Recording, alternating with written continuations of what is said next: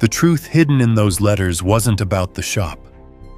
It was about why someone was forced to leave it. The door closed behind her without a fight. No shouting, no tears. Just a quiet decision that left Evelyn standing outside with a suitcase and a dog who wouldn't leave her side. By morning, she had nowhere to go, until a strange choice led her to the edge of a forgotten pier and a place that felt like it had been waiting. If you were in her place, would you walk away from that shop or step inside? It was the quiet that felt wrong, not the peaceful kind. Not the kind Evelyn Mercer used to wake up to in the early mornings, when the kettle hummed softly and the light came in through the curtains just right. This quiet sat heavy, like something waiting. She stood at the kitchen sink, drying the same plate twice without realizing it. The window above the sink looked out over the backyard. Grass trimmed neat, the old maple tree shedding just enough leaves to keep her busy each fall. She'd taken care of that yard for over 30 years, every inch of it. Behind her, the clock ticked louder than usual. Atlas noticed it first. The German shepherd had been lying near the back door, chin resting on his paws. But now he was upright, ears forward, eyes fixed on the hallway that led to the front door. He didn't bark. He didn't move. He just watched. Evelyn turned slightly, catching the shift in him. "What is it?" she asked softly, though she already felt it too. Something had changed in the air. A moment later, the front door opened. Daniel didn't call out like he used to. "No, Mom, you home?" No shoes kicked off carelessly by the mat. Just the sound of the door closing. Then footsteps, measured, deliberate, and another set behind him. Evelyn dried her hands slowly, placing the dish down with care. She smoothed the front of her sweater, a habit she'd never quite let go of, and stepped into the living room. They were already there. Daniel stood near the window, hands in his pockets. His wife, Karen, remained closer to the door, her posture straight, her expression composed in a way that didn't invite conversation. "Mom," Daniel said. Just that. No warmth, no question. Evelyn gave a small nod. "You're home early." "We need to talk," Karen added, her voice polite. Too polite. Atlas moved then. Not forward. Not aggressive. Just closer to Evelyn's side, positioning himself slightly in front of her without making a sound. Daniel glanced at the dog briefly, then looked away. "Can you sit?" he asked. Evelyn looked at the couch, the same couch she'd picked out years ago after saving little by little, the same one where Daniel had once fallen asleep watching television, long before his voice had deepened and his shoulders had grown broad. She lowered herself into it slowly. Her knees ached more these days. She didn't mention it. Atlas sat beside her, his body angled toward the others, waiting. Daniel didn't sit. Karen didn't either. They stayed standing, like they were delivering something that wouldn't take long.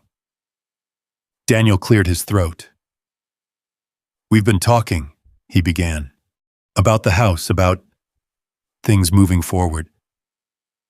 Evelyn folded her hands in her lap. "All right." He hesitated just for a second, then continued. "You remember when we updated the paperwork a few years back? For legal reasons, to make things easier." She remembered.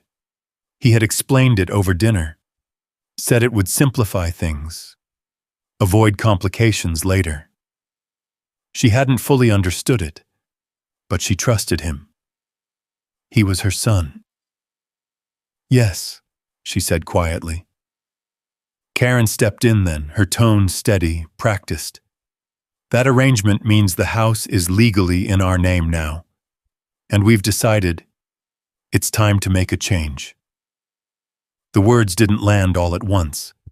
They settled, slowly, like dust. Evelyn blinked. "A change?" Daniel shifted his weight. "We think it's best if you move out, Mom. Today." There it was. Plain, clean, final. No shouting, no anger, just a decision that had already been made. Evelyn's hands tightened slightly in her lap, though her face didn't change.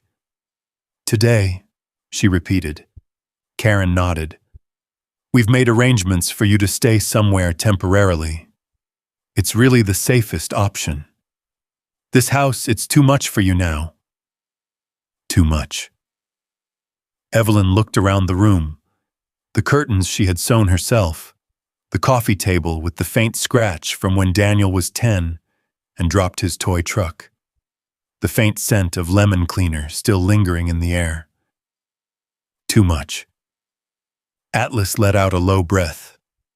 Not a growl, just a sound. Daniel glanced down again, uneasy now. "It's not personal, Mom. It's just practical." Evelyn nodded once. Of course it was. Practical. She had spent most of her life making practical decisions. Stretching money. Fixing things instead of replacing them. Making sure everyone else had what they needed. She understood practical. She just hadn't expected it to feel like this. She didn't argue. Didn't ask for more time. Didn't remind them of anything. She simply placed her hands on the couch and pushed herself up, steady but slow. "All right," she said. That seemed to surprise them more than anything else. Karen's expression flickered, just briefly. Daniel opened his mouth, then closed it again. Atlas stood immediately, pressing close to Evelyn's leg. She reached down, resting her hand on his head. His fur was warm, familiar, solid, the only thing in the room that still felt that way. "I'll gather my things," she said. No one stopped her. She walked past them, down the hallway she could navigate in the dark, into the bedroom that had been hers for longer than either of them had been adults. Behind her, the house was quiet again. But this time, it didn't feel like home. It felt like something closing.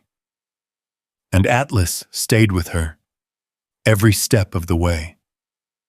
He followed as she moved through the bedroom, quiet and close, his nails clicking softly against the hardwood floor. He didn't wander, didn't sniff around like he usually would. He stayed within arm's reach, watching her hands, her face, the door. Evelyn opened the closet. For a moment, she just stood there. Rows of clothes, neatly arranged, the same way she'd always kept them. Sweaters folded by color, shoes lined along the bottom shelf, the scent of lavender sachets she'd tucked in years ago still faint in the air. She reached in and pulled out a small suitcase. Not the big one, not the one for trips that never quite happened, just the smaller one. The one you take when you don't know how long you'll be gone. She packed slowly, a few changes of clothes, her nightgown, a pair of sturdy shoes, the tin box from her dresser, the one with old letters and photographs she hadn't looked at in years. Atlas sat by the bed, watching. Once he stood and moved to the doorway, glancing down the hall, then back to her. Then he sat again, guarding. When she closed the suitcase, the sound felt louder than it should have. Final. She took one last look around the room. There were things she could have taken. Should have taken, maybe. But she didn't reach for them. Instead, she picked up the suitcase, slipped on her coat, and walked back down the hallway. Daniel and Karen were still in the living room, waiting. Evelyn didn't stop. She moved past them toward the front door. Atlas walked ahead this time, then paused at the threshold, looking back at her. "Ready," she murmured. She didn't look at Daniel as she opened the door, didn't ask for help, didn't say goodbye. Outside, the air felt cooler than it should have for that time of year. The sky had already begun to dim, the kind of early evening gray that settles in before you realize the day is gone. She stepped out. Atlas followed, and behind them, the door closed. Not slammed, not hard, just closed. The motel sign buzzed. It flickered on and off in uneven intervals, casting a dull red glow across the parking lot. The place sat just off a narrow road, tucked between a gas station and a row of dark trees that swallowed the last light of the evening. Evelyn stood for a moment outside the office, suitcase at her side. Atlas pressed lightly against her leg. The air smelled faintly of gasoline and wet pavement. Inside, a man behind the counter barely looked up as she checked in. The transaction was quick, mechanical. He slid a key across the counter without a word. Room 12. The door stuck when she tried to open it. It took a firm push to get it to give, the wood scraping against the frame with a dry, tired sound. Inside, the room was small, a bed with a patterned cover that had faded unevenly, a lamp with a crooked shade, a chair tucked into the corner like it didn't belong there. The smell hit her next. Bleach, and something underneath it. Damp, old. She set the suitcase down near the bed. Atlas walked in slowly, his head low, nose working the air. He moved along the walls, paused near the bathroom door, then circled back to the main room. He didn't lie down. Not yet. Evelyn sat on the edge of the bed. She didn't take off her coat, didn't remove her shoes. She just sat there, hands resting on her knees, staring at nothing in particular. The neon light outside flickered again, spilling in through the thin curtains in uneven pulses. On, off, on, off. Time stretched. Atlas paced, from the door to the window, from the window to the bed. Back again. Each step careful, each turn deliberate. Once he stopped by the door, ears forward, listening. Evelyn glanced at him. "It's all right," she said softly, but her voice didn't carry much weight. Minutes passed. Or maybe hours. It was hard to tell. The room didn't change. The light didn't change. The quiet didn't lift. Evelyn leaned back slowly, letting herself sink against the headboard. Her body ached in places she hadn't noticed before. Her knees, her shoulders, her hands. She closed her eyes. For a moment, sleep almost came. But then, a car door slammed somewhere outside. Atlas reacted instantly. Head up, body rigid. A low, alert breath in his chest. Evelyn opened her eyes again. "Just a car," she murmured. He didn't move, didn't relax. He stood there, watching the door like it might open again, like something might come through it. Evelyn watched him for a while. Then she looked back at the ceiling, the faint crack running across it, the way the paint had peeled just slightly near the corner. This wasn't a place you stayed. It was a place you passed through, and she knew it. By morning, the light came in thin and gray through the curtains. Evelyn hadn't changed position much. Atlas was still awake. He stood near the door, eyes heavy but open, as if he had decided sometime during the night that sleep wasn't something he could afford. Evelyn sat up slowly. Her back protested. Her hands felt stiff. For a moment, she just sat there, gathering herself. Then she looked at Atlas. "You didn't sleep either," she said quietly. He stepped closer, resting his head briefly against her knee, just for a second. Then he lifted it again, alert. Evelyn reached down, running her hand along his neck. His fur was slightly rougher than she remembered. Or maybe she just noticed it now. "We won't stay here," she said. Not a promise. More like a decision forming. She stood up, straightened her coat, picked up the suitcase. Atlas moved to the door before she even reached for the handle. Waiting. Ready. This time, when she opened it, the morning air felt sharper, colder, but clearer, and she stepped out into it without looking back. The morning carried a different kind of silence, not the heavy kind from the night before.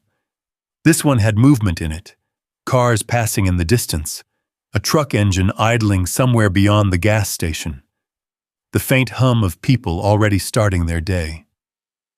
Evelyn paused on the edge of the motel walkway, adjusting her grip on the suitcase.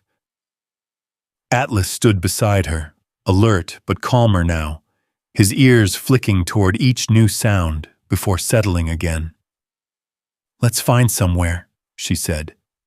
She didn't say what kind of place. Didn't know.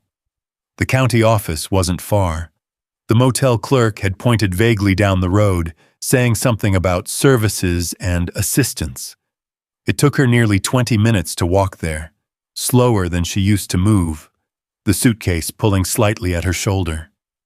Atlas stayed close, always just a step ahead or a step behind, never out of reach. The building itself was plain, beige walls, a flag out front that hung limp in the still air. Inside, the smell was different from the motel. Coffee, paper, something stale that lingered in corners. People sat in rows of plastic chairs, some staring at their hands, some filling out forms. No one really looking at anyone else. Evelyn hesitated just inside the door.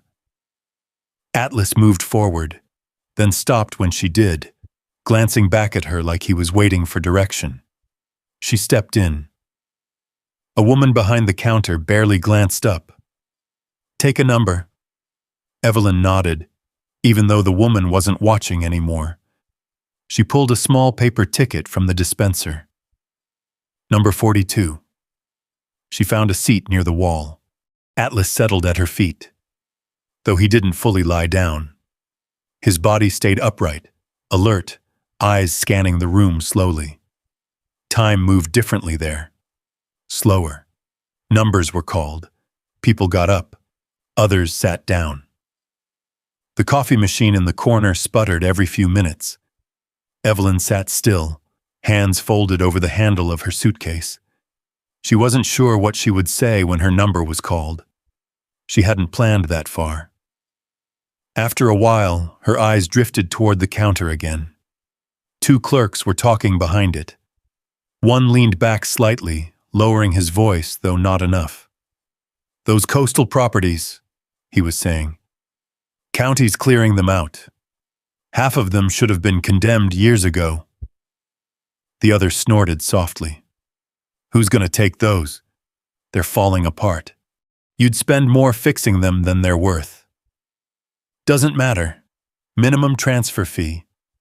$5, just to move them off the books." Evelyn's fingers tightened slightly on the suitcase handle. $5. The word settled in her mind without asking permission.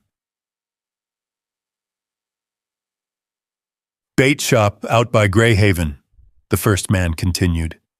"That one's a joke, leaning into the water like it's ready to give up." "Someone'll buy it," the other said with a shrug. There's always someone. Evelyn didn't realize she had stood up until Atlas moved with her. The room didn't notice. People stayed in their seats. Numbers continued to be called. She walked toward the counter. The clerk looked up this time, surprised. "You need to wait for your number, ma'am." Evelyn nodded once. "The properties you mentioned." The clerk blinked. "Excuse me?" "The ones by the coast," she said. "You said they're being transferred." He exchanged a quick look with the other clerk. "Yeah," he said slowly. "But those aren't really... I'd like one." The words came out steady, not rushed, not uncertain, just placed there. The second clerk let out a small laugh, not unkind, just reflexive. "You serious?" Evelyn met his gaze. "Yes." They studied her for a moment. Her coat, her suitcase, the dog at her side. Atlas stood quietly, head level, eyes steady on them. The first clerk leaned forward slightly. "Ma'am, those properties are in rough shape. No utilities, structural issues. You'd be taking on..." "I understand," Evelyn said. She didn't explain further, didn't justify it. The man hesitated, then reached for a folder beneath the counter. "Closest one available. Greyhaven," he muttered, flipping through papers. "Old bait shop. End of a pier. It's been sitting for years." He pulled out a single sheet and set it on the counter. "This one." Evelyn looked at it. The words blurred together for a moment. Legal language, descriptions, coordinates she didn't recognize. But she saw enough. A structure. A place. "Transfer fee is $5, he added, watching her carefully now. She reached into her coat pocket. Her fingers brushed against folded bills. Not many. She counted them without looking down. 5. She placed them on the counter. The room seemed to shift slightly, not in sound, not in movement, just in the way people noticed now. The second clerk shook his head under his breath. "Well, all right then." The paperwork took longer than the decision. Names, signatures, a form she had to read twice because the letters didn't settle right the first time. Atlas lay down finally, though his head remained up, watching the room. When it was done, the clerk slid the final paper toward her. "That's it," he said. "It's yours." Yours. The word didn't feel familiar. Not anymore. He added, almost as an afterthought, "You'll need to go out there in person. Greyhaven's a few hours. There's a bus that runs part of the way." Evelyn nodded, gathering the papers carefully. She didn't ask more questions, didn't ask what condition it was in, didn't ask what came next. She turned and walked back through the rows of chairs, past people still waiting, past numbers still being called. Atlas rose immediately and followed. Outside, the air had warmed slightly. The sky was clearer now. She paused on the steps, the papers in her hand. A bait shop. $5. It didn't make sense, but it was something. Atlas stepped down first, then looked back at her, waiting. Evelyn took a breath. "Greyhaven," she said quietly. Then she stepped forward. The bus station was smaller than she expected. A single bench outside. A faded schedule taped crookedly to the glass. Inside, the air smelled like old vinyl and something burnt, like coffee left too long on a heater. Evelyn approached the counter slowly. The man behind it didn't look up at first. He was flipping through a newspaper, glasses low on his nose. "Greyhaven?" she asked. He glanced up, eyes moving from her face to the suitcase, then to Atlas. "Not a direct line," he said. "You'll have to transfer once. Bus leaves in 20 minutes. She nodded. That seemed to be enough. The ride began without ceremony, no announcements, no sense of departure, just the slow rumble of the engine and the quiet pull away from the curb. Evelyn took a seat near the middle. Atlas settled beside her, his body angled protectively toward the aisle. His head rested near her knee, but his eyes stayed open. Watching. The city faded quickly. Buildings gave way to open stretches of land. Fields that looked untouched for miles. Fences leaning at odd angles. Silos standing alone against the sky like forgotten markers. The road stretched forward in long, straight lines. Time passed differently out there. Evelyn didn't try to measure it. She watched. Trees grew denser as they moved farther out. The air changed too, even through the closed windows. Something cooler, something sharper. By the time they reached the transfer stop, the light had shifted, softer, lower in the sky. The second bus was older, the seats worn thinner, the windows slightly fogged at the edges. Fewer passengers this time. A man with a fishing hat pulled low over his eyes. A woman holding a paper bag in both hands like it might fall apart. No one spoke. Atlas adjusted as she sat again, pressing closer this time. His body seemed heavier now, grounded, like he understood something she didn't yet. The road narrowed. Curves replaced the straight stretches. The trees grew closer to the edge, branches arching overhead in places like a tunnel. Then, slowly, the smell changed. It came in faint at first, then stronger. Salt, mixed with something metallic. Diesel, maybe. Evelyn turned her head slightly toward the window. The land opened up again, but differently this time. Flat, wide. Water in the distance. Greyhaven. The bus pulled in without announcement. The station was barely more than a small structure.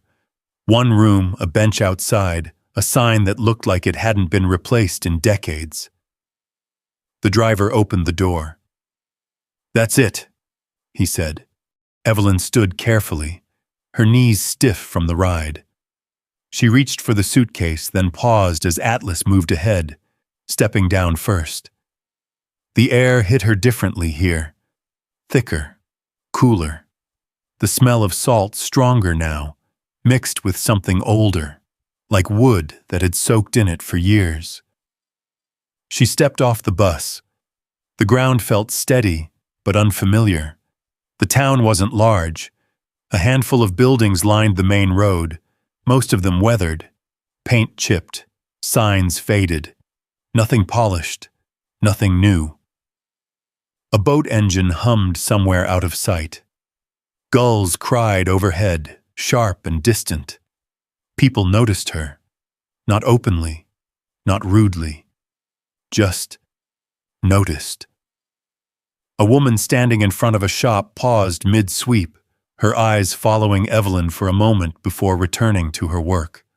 Two men near a truck stopped talking just long enough to glance in her direction. Strangers didn't pass through often. That much was clear. Evelyn adjusted her grip on the suitcase. Atlas stayed close, his body slightly ahead now, guiding more than following. They moved toward the water. The pier wasn't hard to find. It stretched out from the edge of town like something that had been there too long to question. Wooden planks worn smooth in some places, splintered in others. The posts beneath it darkened by years of tide and weather. At the far end, she saw it. The bait shop. It leaned. Not dramatically, not enough to collapse, but enough that you could see it wasn't holding itself the way it used to. The wood had turned gray, stripped of color by years of wind and salt. The windows were clouded, one boarded over. The roof sagged slightly at the center, like it had grown tired of carrying its own weight. A rusted sign hung crooked near the front. The letters were barely visible. Evelyn stopped. Didn't step onto the pier just yet. She stood there looking at it. Atlas didn't hesitate. He moved forward. One step onto the wood, then another. The planks creaked under his weight, a low, hollow sound that carried out over the water. He paused halfway down, turning his head back toward her, waiting. Evelyn exhaled slowly. "Well," she said, almost under her breath. "It's standing." That was something. She stepped forward. The wood shifted slightly beneath her feet. The creak louder now, more noticeable. She placed each step carefully, testing the boards without meaning to. The water beneath moved quietly, dark and steady. By the time she reached the end, the shop felt larger, not in size, in presence. It stood there like something that had been left behind on purpose, not forgotten, just left. Atlas reached the door first. He sniffed along the frame, then sat. Right there. Still. Evelyn approached slowly, her hand brushing against the rough wood of the wall. It felt dry in some places, soft in others. Time had taken its share. She looked at the door.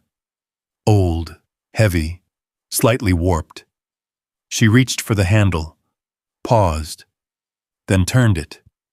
The hinge groaned as the door gave way, and the smell came out to meet her. Damp, rot, something stale that had been trapped inside for years. Evelyn stood at the threshold. Atlas remained seated beside her, watching, waiting. She didn't step in right away. She just stood there, looking into the dim space beyond, and listening to the quiet that lived inside it. It wasn't empty. That was the first thing she noticed. Not truly empty. There were shapes in there, shadows that belonged to things that used to have purpose. A counter running along one wall, shelves sagging under the weight of nothing, hooks hanging from the ceiling where something once swung. The air didn't move. It held, like it had been waiting. Evelyn stepped inside. The floor shifted under her foot, a low creak that echoed deeper than it should have. She paused, adjusting her weight, then took another step. Atlas followed, but slower this time, more deliberate. His nose moved along the air, catching scents buried under years of neglect. He didn't wander far, just circled once, then stayed close again. The door behind them remained open, letting in a narrow strip of gray daylight. It stretched across the floor, cutting through the darkness just enough to reveal dust drifting in the air. Evelyn set the suitcase down gently. The sound felt too loud. She glanced around. There were jars on the shelves, glass turned cloudy, labels faded beyond reading. A small stool tipped on its side near the counter. Pieces of something metal scattered along the floor, rusted into place. The smell stayed constant. Damp wood, old water. Something that had settled and never left. She moved deeper into the room, each step careful, each board tested. Her hand brushed lightly against the counter as she passed. It felt rough, splintered in places, sticky in others, where something long forgotten had hardened into the surface. Atlas stopped, not near her, near the back wall. Evelyn noticed it when the sound of his movement stopped completely. She turned. He was standing still, facing the corner. Not tense, not alarmed. Just fixed. "Atlas?" she called softly. He didn't respond, didn't turn. He lowered his head slightly, sniffed once, then pawed at the floor. A single scratch.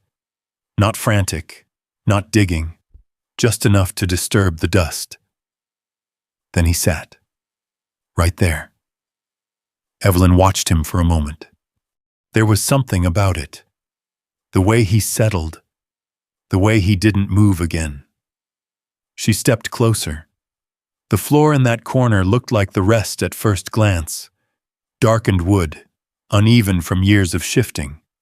But when she crouched down, she saw it. One board didn't sit quite right, shorter than the others, a narrow gap along one edge. She reached out and brushed away the dust with her fingers. It lifted easily, leaving a faint outline behind. Her hand hovered for a second. Then she pressed down. The board shifted, just slightly. Evelyn glanced at Atlas. He watched her now, eyes steady, waiting. She slid her fingers into the gap and pulled. The wood resisted at first, then gave with a soft crack, lifting just enough for her to grip it better. It came loose. Beneath it, darkness, cooler air, and something else. A small metal tin, rusted around the edges. Lid slightly dented, the kind that might have held tools once, or something meant to be kept safe. Evelyn stared at it. For a long moment, she didn't move. The sound of the water outside seemed louder now, the creak of the pier shifting beneath them. She reached down slowly and lifted the tin. It was heavier than it looked. Not much, but enough to feel solid. Atlas leaned forward slightly, nose close to it, then pulled back and sat again, like his part was done. Evelyn stood carefully, the tin in her hands. She walked back toward the light near the doorway, her steps slower now, more deliberate. She set it on the counter. The surface wasn't stable, so she adjusted it until it sat flat. Her fingers rested on the lid. Cold metal, rough with age. She hesitated, then opened it. The hinge gave with a faint scrape. Inside, paper. Not money, not anything shiny or valuable, just paper. A bundle of letters tied together with a thin string that had faded almost to nothing. Beneath them, a photograph. And folded beneath that, a document, edges yellowed, corners curled. Evelyn picked up the photograph first. It was small, worn. A woman stood in front of the very same building, though it looked different then. The wood lighter, the sign clearer, the posture of the structure stronger. The woman held something in her hand, maybe a cup, maybe a tool. Her expression wasn't smiling, but it wasn't closed either. There was something steady in her eyes. Evelyn frowned slightly. The face, familiar, but distant. Like something remembered from a long time ago without context. She set the photograph down and picked up the top letter. The paper crackled slightly as she unfolded it. The handwriting was careful, neat, not rushed. She didn't read it yet. Instead, her eyes drifted to the document beneath. She pulled it free. A property record. The name printed clearly at the top. Margaret Hale. Evelyn stilled. The name settled into her like something half-remembered. A voice. A place. Something from years ago. brushed aside, never fully held on to. She looked back at the photograph, then at the letters. Atlas shifted slightly behind her, then lay down near the doorway. For the first time since they had entered, his body relaxed. Not fully asleep, but no longer watching everything. Evelyn stood there, the letter still open in her hand.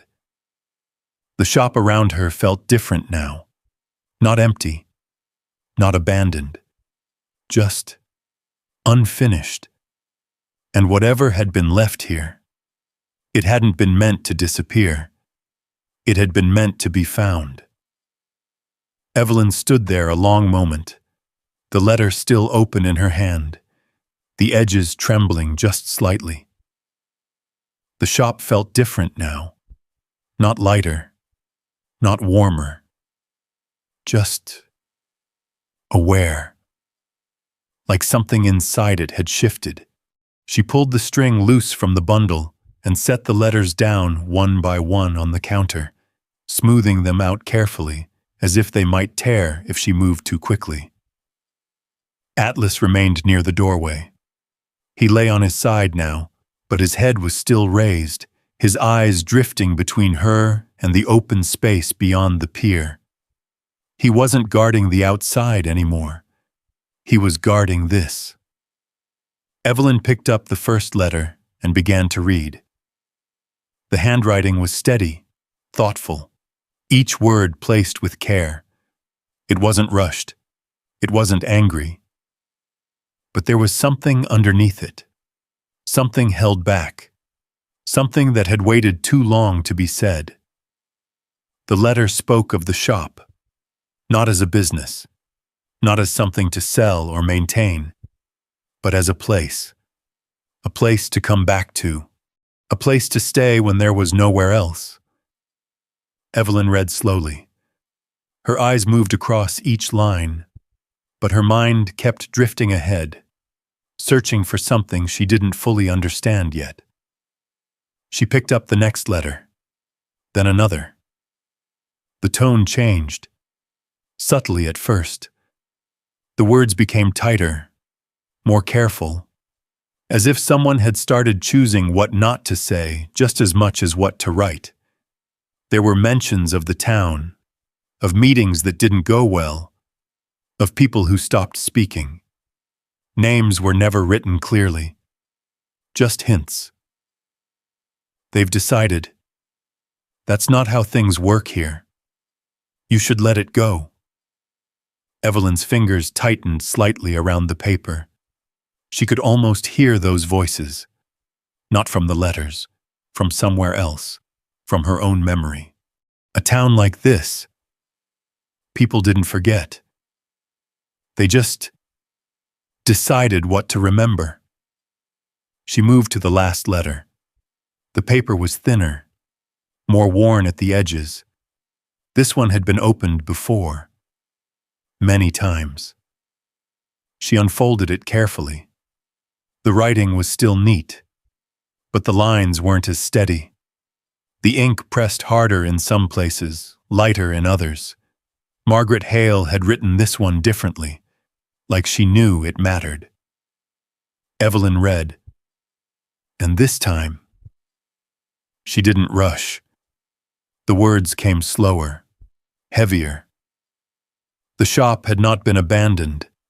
It had been built, piece by piece, not with much money, not with help, but with intention. Margaret had tried to make it something more, not just a place for fishermen, not just a stop along the water. She had wanted it to be somewhere people could stay, somewhere they didn't have to leave when things turned, a place without rules that pushed people out. Evelyn swallowed. Her eyes moved to the next line, and then the next. The town hadn't liked that. They hadn't said it outright, but it had been made clear, quietly, firmly. People stopped coming. Supplies became harder to get. Repairs delayed. Conversations turned cold. The kind of cold that didn't raise voices, but ended things. Evelyn felt something settle in her chest.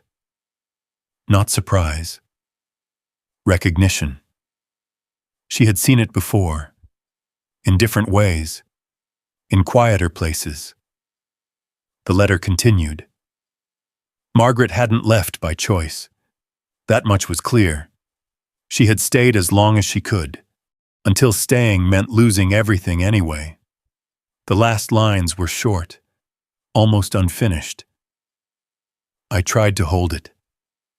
They said it wasn't my place, but it was.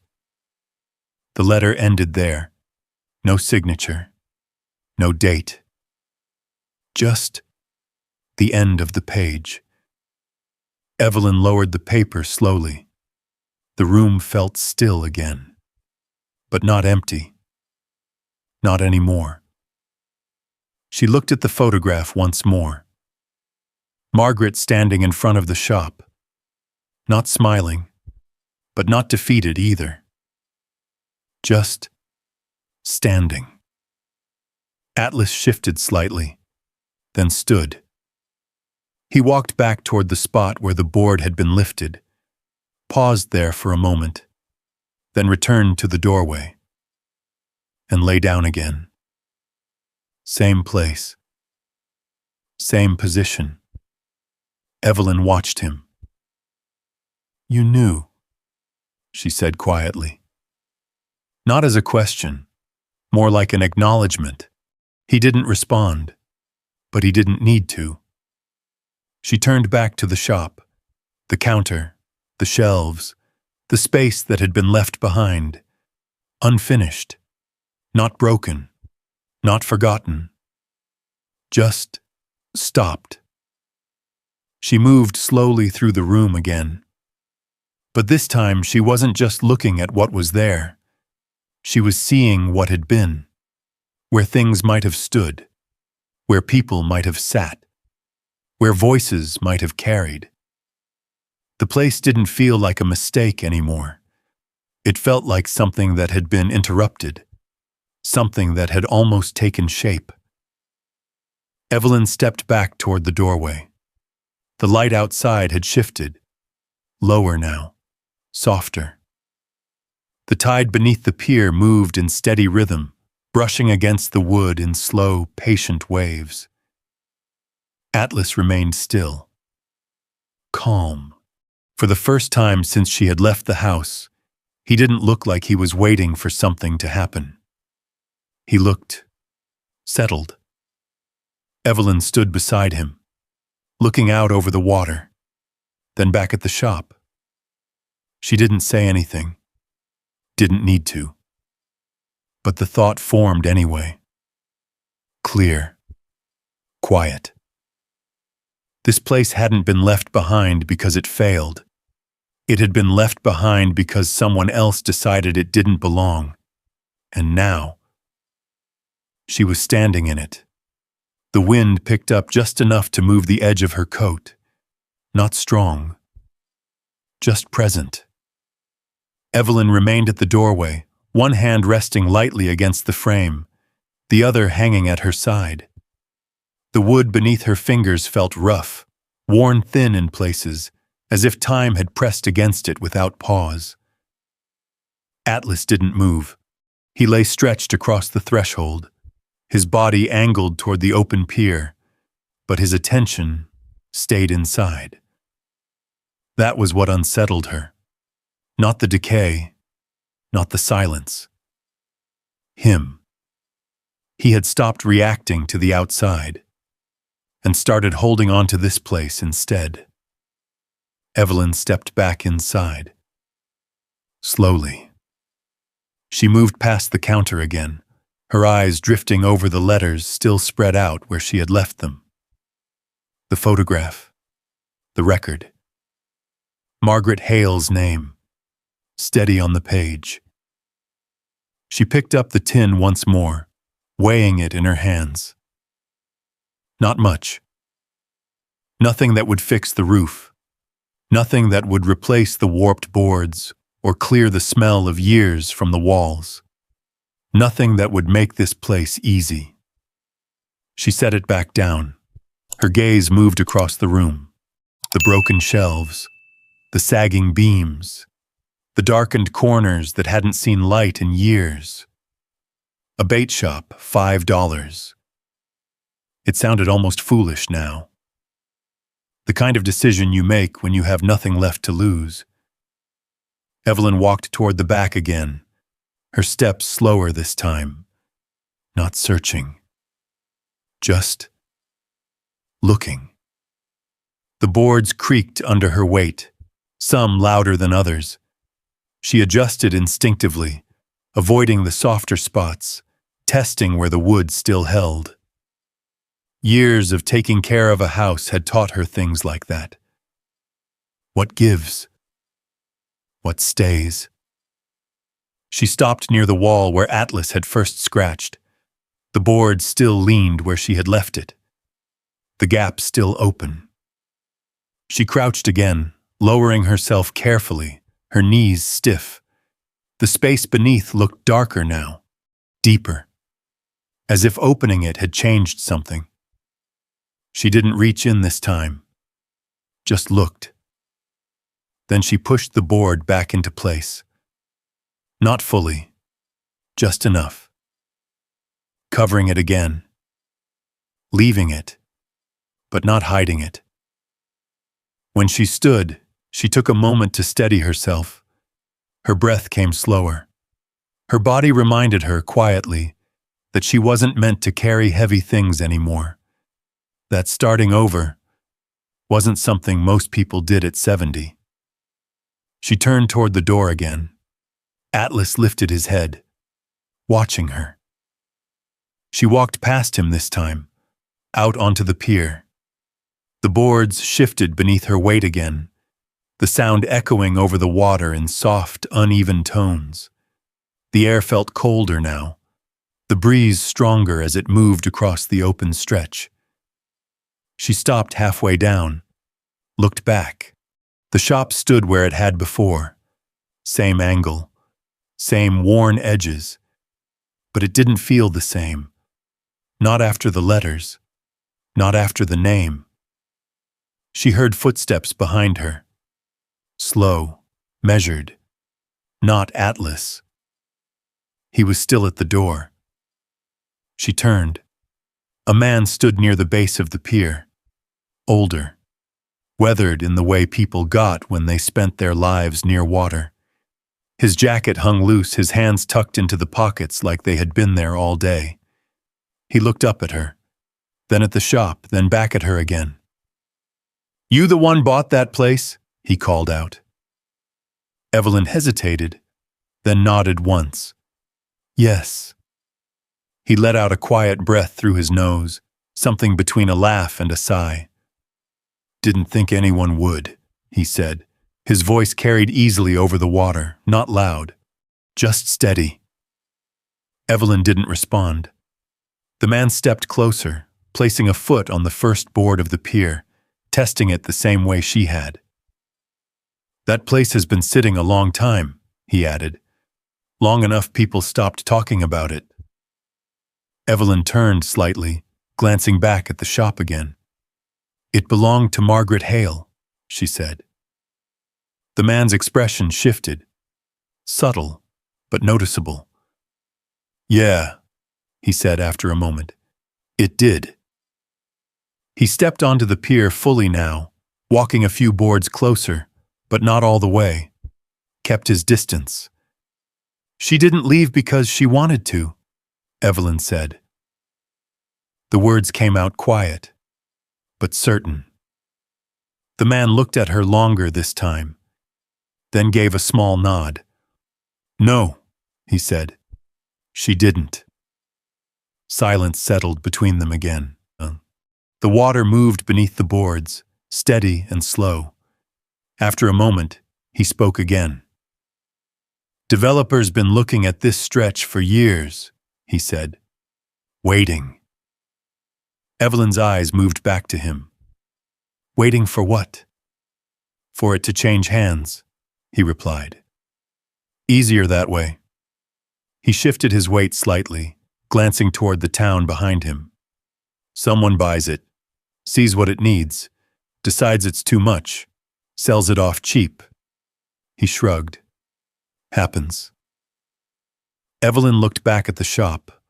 The broken roof, the leaning walls, the work it would take. Too much. The words settled in her mind.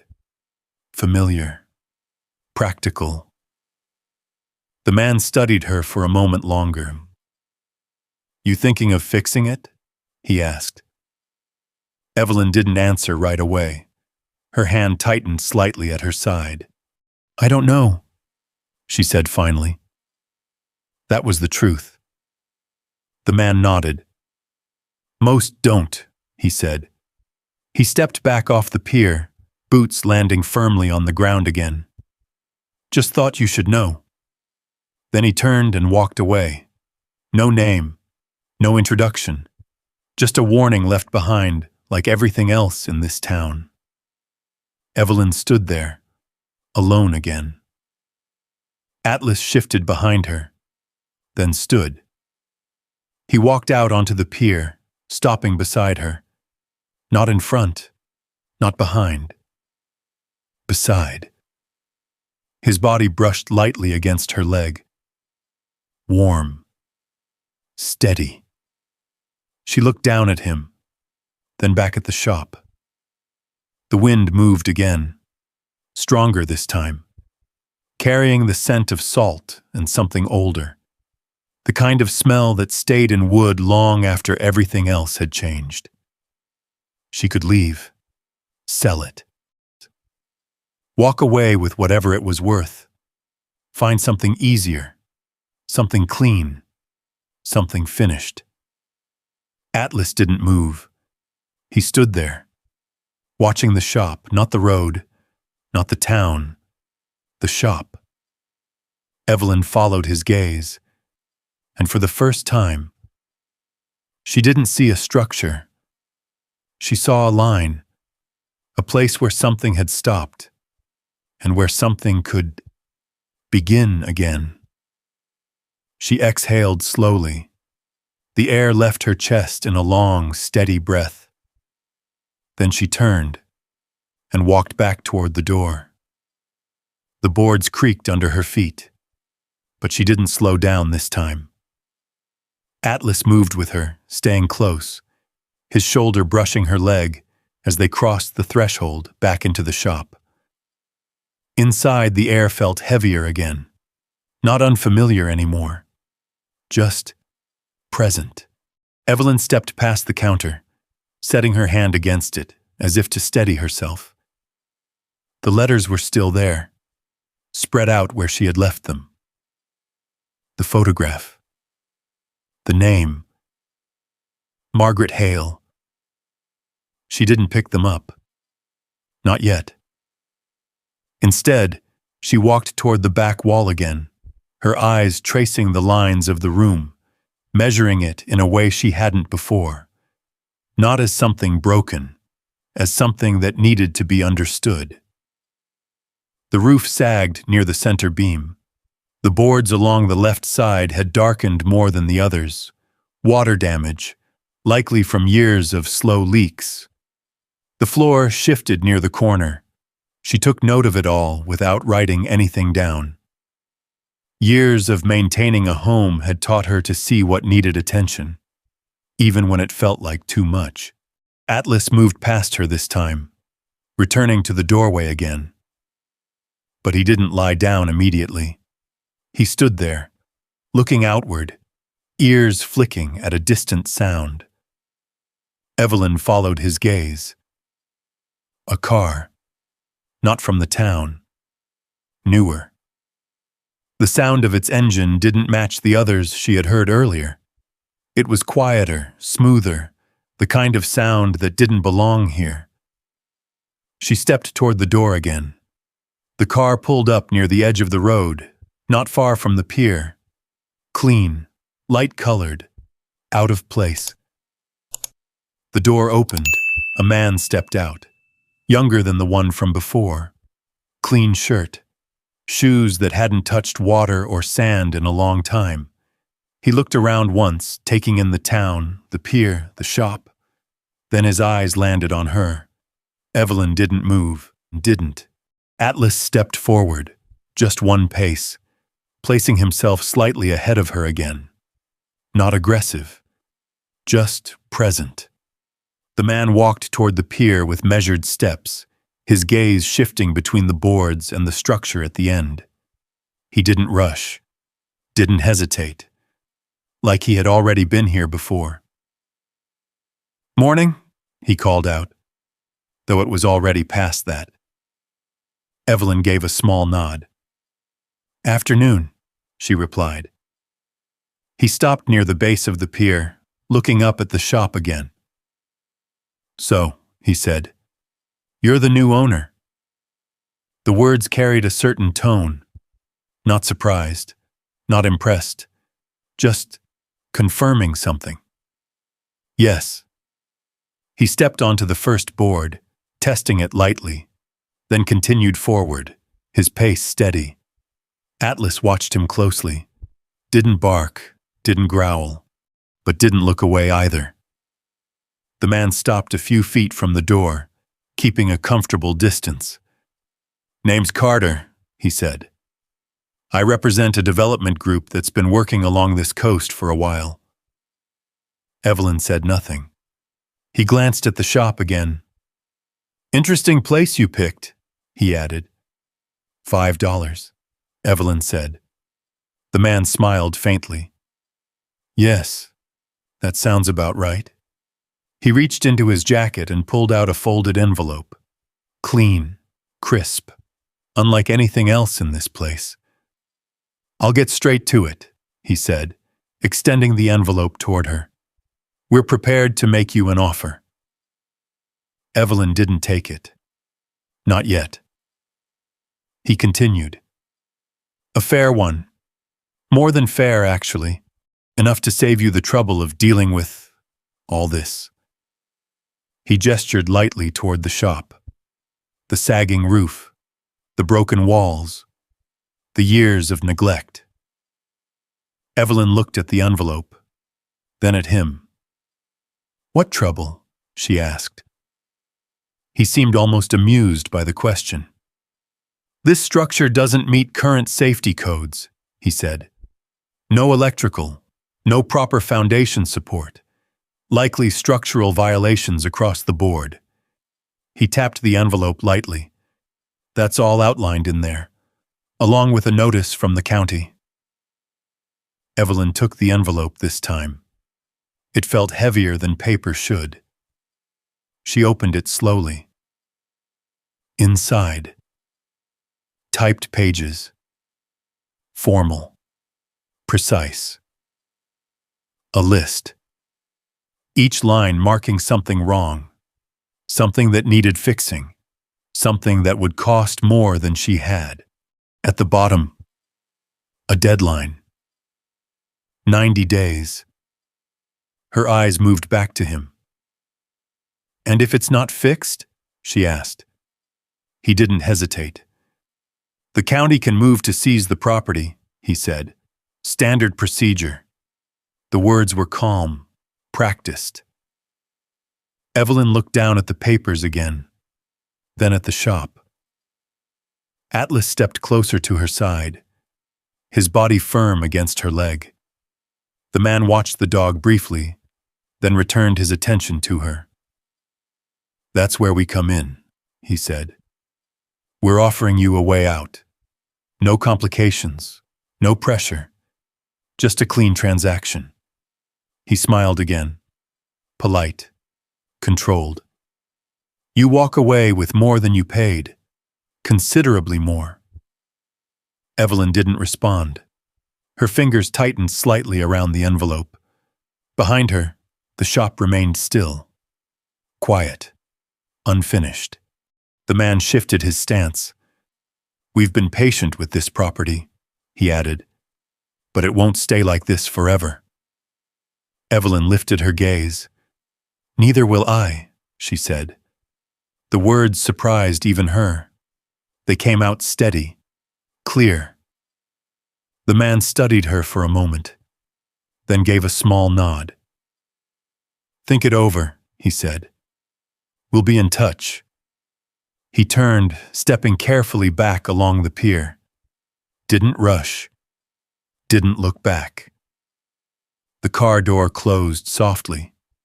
The engine started. And then he was gone. The sound faded quickly, leaving only the water and the wind again. Evelyn stood there, the envelope still in her hand, the papers inside outlining everything she couldn't fix, everything she didn't have. Atlas moved slightly, then settled beside her again. This time he lay down, but not the same way as before. His body faced outward, his head rested on his paws, watching the pier, watching the road. Evelyn looked down at him, then back at the shop, the walls, the beams, the place that had been left unfinished, the place someone else had tried to build and been pushed out of.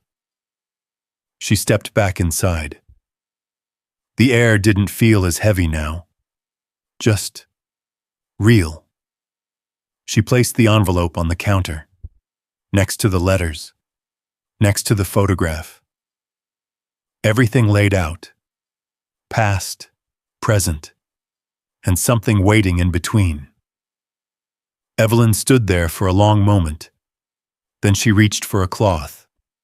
There wasn't one, so she used the edge of her sleeve and wiped a small section of the counter clean. Just a strip, bare wood showing through the grime. She looked at it, then at the rest of the room, and didn't say a word. The strip of clean wood on the counter stood out. Not much, just a narrow line where the grain showed through the years of grime, but it was enough to see what the surface used to be. Evelyn ran her fingers over it. Rough in places, smooth in others. Still solid. She stepped back, looked at the rest of the counter again, then reached for the edge of her sleeve once more. This time she didn't stop after one pass. The movement was slow, measured.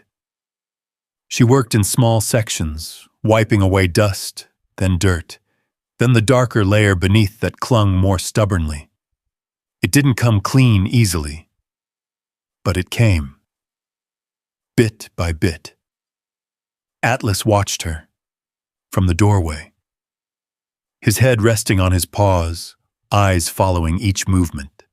He didn't move to stop her, didn't react to the sounds, just stayed there. Present. Evelyn paused after a few minutes, her hand resting against the counter again. Her shoulder ached. Her back reminded her quietly that this kind of work wasn't simple anymore. She straightened slowly, taking a breath, then looked around. There was a bucket near the back wall, old, cracked along one side, but it held. She carried it outside, filled it halfway from a spigot near the pier entrance, the water running cold over her fingers. When she brought it back in, the room felt different already. Not cleaner, but stirred. She dipped her sleeve into the water and wrung it out, then went back to the counter, wiping, pressing harder now. The cloth darkened quickly. The wood beneath grew clearer. Atlas shifted once, then stood. He stepped inside fully this time, moving slowly across the floor, sniffing along the base of the walls, the corners, the air itself. Then he returned to the doorway and lay down again. But closer now, half in, half out. As if the line between inside and outside had changed. Time moved without her noticing. The light shifted across the floor, the strip from the doorway stretching, narrowing, then fading as the sun dropped lower. The counter grew cleaner, not perfect, but enough to show shape, enough to show intention. Evelyn set the cloth down and leaned against the edge, her breath slower now. Her hands felt heavy, but steady. She looked at the letters again. Still there. Waiting. She didn't move them. Instead, she cleared a small space beside them, a place to set something, though she didn't know what yet. A sound came from the pier. Footsteps. Different this time. Slower. Dragging slightly. Atlas lifted his head. Didn't rise. Just watched. An older man stepped into view, carrying a small crate under one arm. He stopped near the doorway, glancing in. His eyes moved across the room, the counter, the cleaned section. Evelyn. He didn't step inside. Didn't think anyone would bother, he said. His voice was rough, worn down by years of use. Evelyn gave a small nod. Neither did I, she replied. He shifted the crate in his arms. Waterline still works? He asked. Evelyn glanced toward the bucket. For now. He nodded once, then stepped forward, setting the crate down just inside the doorway. Found this behind the shed near the docks, he said. Didn't figure it'd do much good out there. Evelyn looked down. Inside were tools, old but usable, a hammer, a handful of nails in a small tin, a worn screwdriver. Nothing new, but not broken. She looked back up at him. Thank you. He shrugged lightly. Don't thank me yet, he said. Place like this, it'll take more than that. Evelyn nodded again. I know. He lingered a moment longer, then turned and walked back down the pier without another word. Atlas watched him go, then lowered his head again. Evelyn stepped toward the crate. Kneeling slightly, she picked up the hammer. It felt heavier than she expected, solid, reliable. She turned it in her hand once, then set it on the counter, beside the letters, beside the envelope. The space was filling, not with things of value, but with things that stayed. The next morning came quieter. No cars, no voices. Just the sound of water beneath the pier and the distant cry of gulls overhead. Evelyn woke slowly. She hadn't meant to sleep there, but she had. Sitting against the wall, her coat pulled close, Atlas stretched out beside her. He was still there when she opened her eyes. Breathing steady, at ease. More than before. She shifted slightly, her body stiff, her hands cold. Atlas lifted his head, then stood, stretching once before stepping toward the door. Waiting. Evelyn pushed herself up, her movements slower now. Careful. She stepped outside. The air was cool, clear. The harbor lay still, the water flat and gray under the early light. She stood there for a moment, then turned back. Inside, the shop didn't feel the same. Still worn, still damaged, but no longer untouched. The cleaned section of the counter caught the light differently now. The tools sat where she had placed them. The letters remained. Everything in its place. Not finished. Not repaired. But started. Atlas stepped inside again. This time without hesitation. He walked to the center of the room, turned once, then lay down, fully. No longer split between inside and out. Evelyn watched him, then looked around the room. Her gaze lingered on the walls, the beams, the floor beneath her feet. She picked up the cloth again, dipped it into the bucket, and went back to the counter. The cloth dragged slower this time, not because the dirt was harder, because the movement had changed. It wasn't about cleaning anymore. It was about staying. Days passed without her counting them. Morning came with the same quiet light over the water. Evening settled in with the same steady rhythm beneath the pier. The shop didn't transform overnight. It shifted. Piece by piece. Evelyn cleared more of the counter, then part of the wall behind it. She moved broken boards aside, stacked what could still be used, left what couldn't. The bucket stayed filled. The cloth wore thin.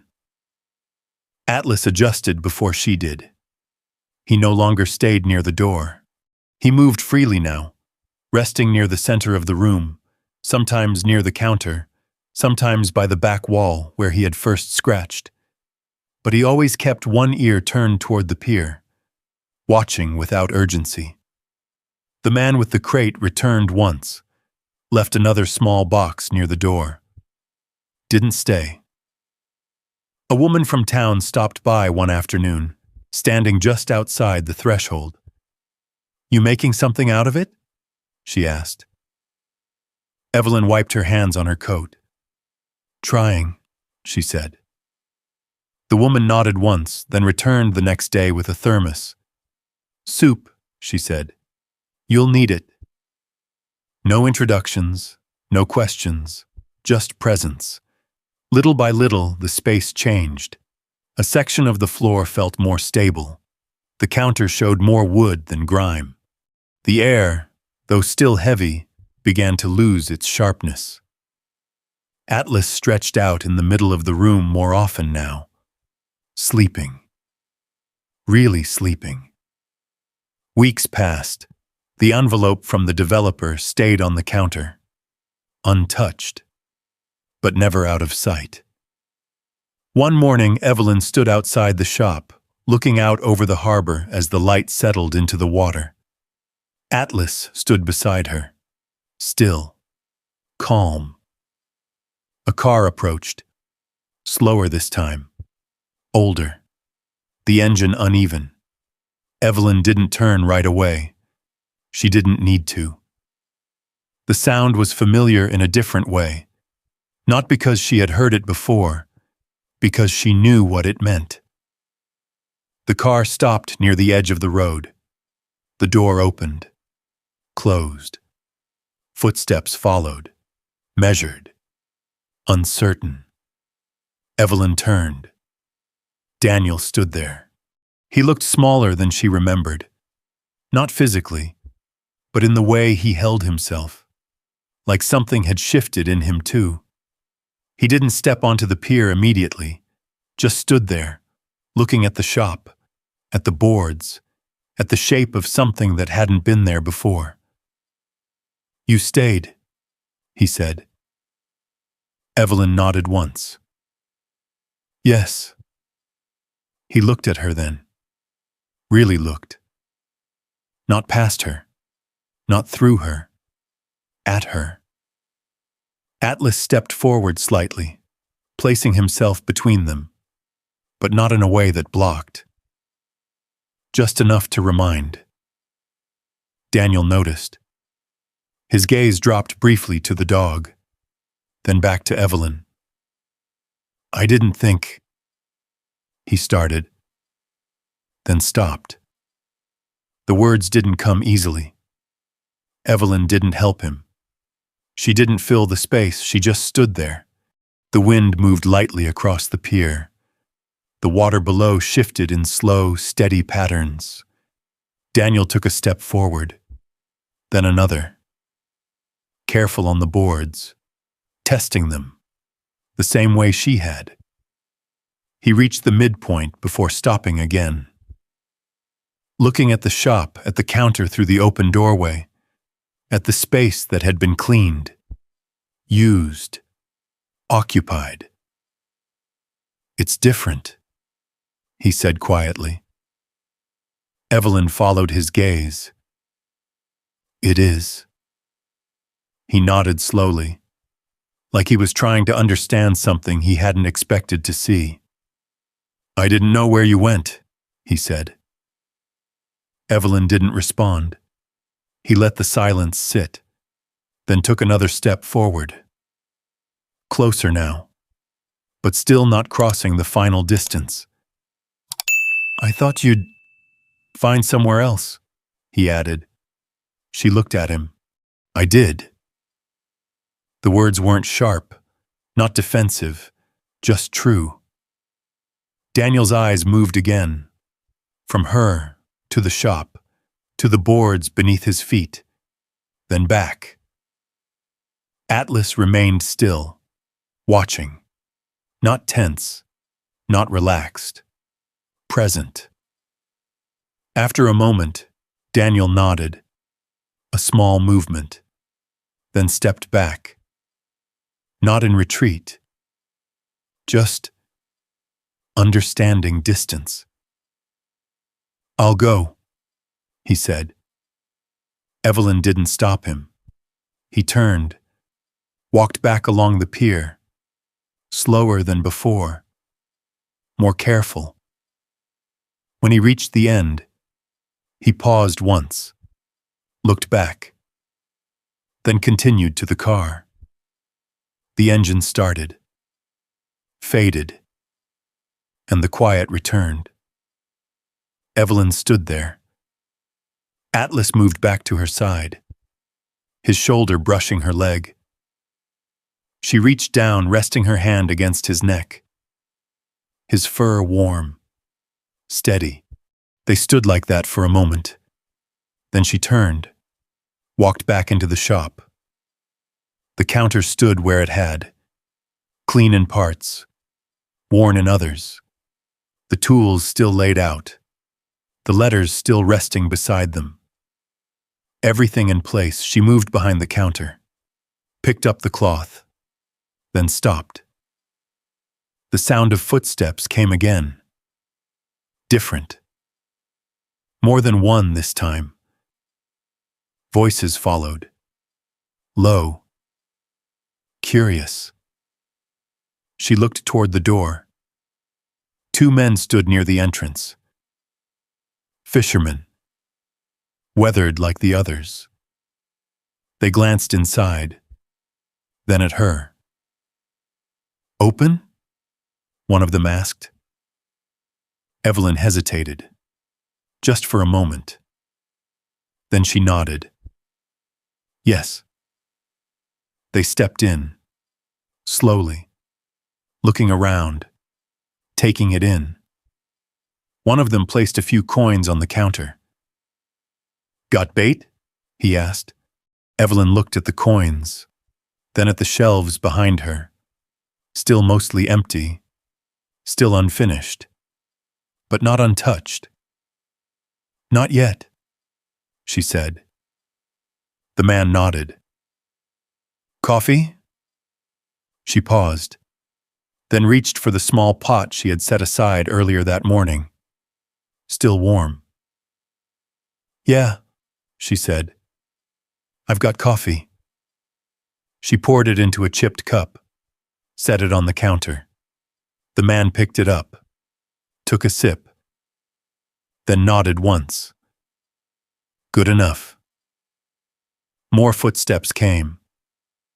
More voices. Not loud. Not crowded. Just present. Atlas moved to the center of the room again. Lay down. Fully at ease. Evelyn stood behind the counter, watching, listening. The shop held. Not perfectly, not completely, but enough. Outside, the harbor stayed calm, the water steady, the sky open, and for the first time since the door had closed behind her, nothing felt like it was about to be taken away. It wasn't finished. It wasn't certain. But it was hers to stand in, and that was enough. The cup in the fisherman's hand left fandering on the wood she had brought lean, right beside the letters she hadn't put away.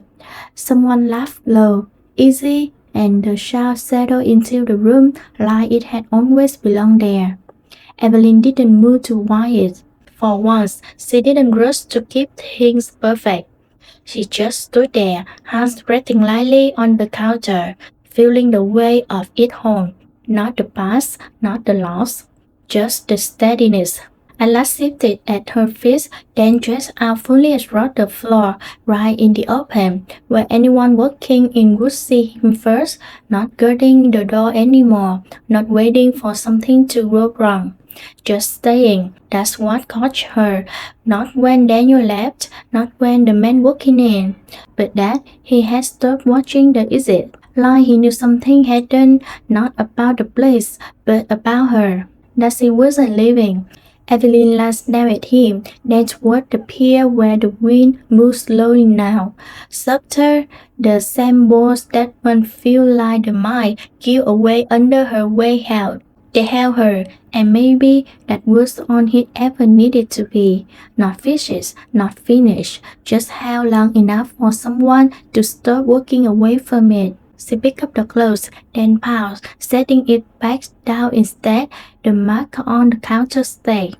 The voices stay, she stayed, and for the first time, it doesn't feel like she had lost a home.